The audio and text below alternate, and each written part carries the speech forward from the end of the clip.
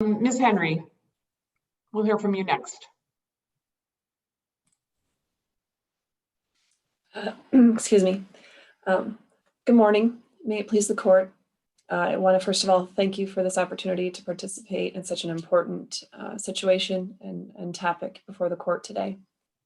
I also want to take a moment to point out that as of today, this state of emergency has actually lasted 183 full days or 6 full months. And more importantly is that our US and our state constitutions do not contain language allowing either the trampling of our individual liberties or the government in any branch or even collectively with all three to step outside of its given authority, even just for 5 minutes, even just in times of emergency.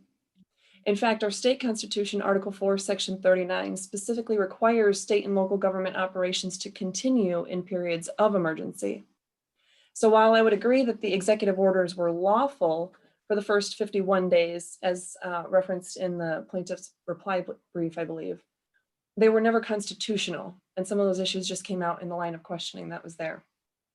So if we look at the statutory interpretation, I do agree that impera materia requires these two statutes to be read together because I believe it is undisputed that the EPGA and the EMA are on the same topic, the governor's ability to declare states of emergency and act accordingly.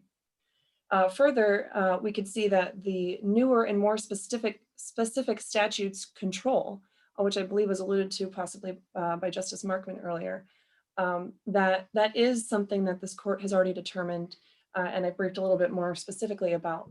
But obviously the EMA is the newer, and then it's also the more specific statute. So under both realms, it would still be the one that controls here.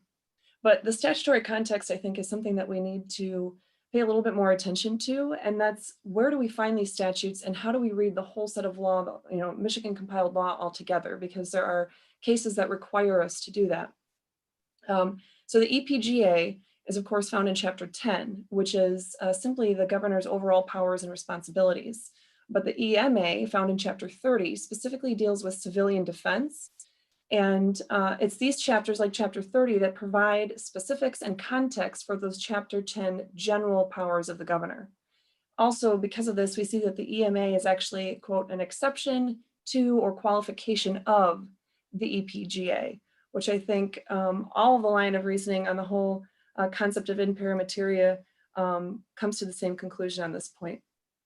So then we're left at looking at those statutory requirements, and 30.403 does require that the governor terminate that state of emergency unless the legislature votes to extend, which they did the once, but not past April 30th.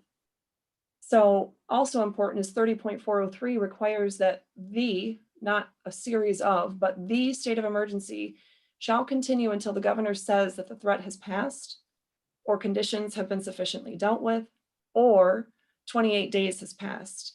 So if any of those conditions has been met, then the law says that even though the bad stuff is still possibly happening to us, excuse me, the law says that state of emergency has to end anyway.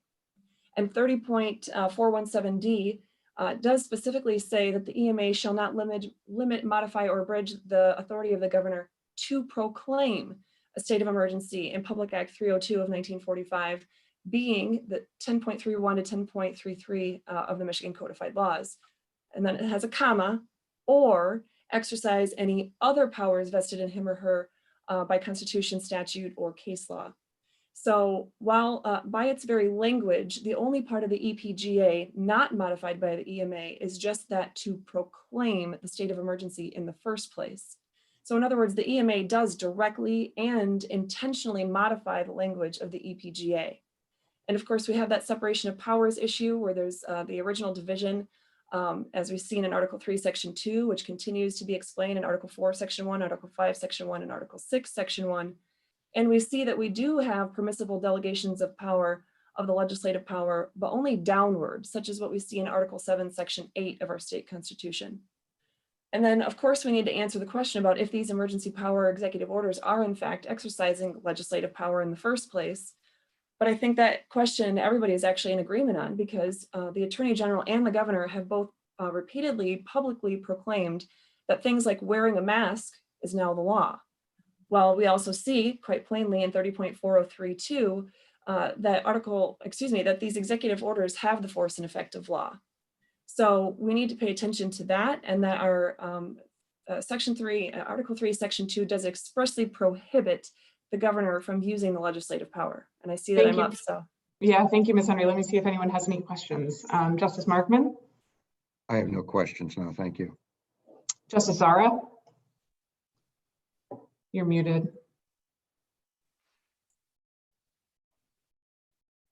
No questions, but I thank you for your contribution. Justice Viviano? No questions. Justice Bernstein? No questions, but thank you. Justice Clement? Questions. And Justice Kavanaugh? I don't have any either. Thank you very much, Ms. Henry.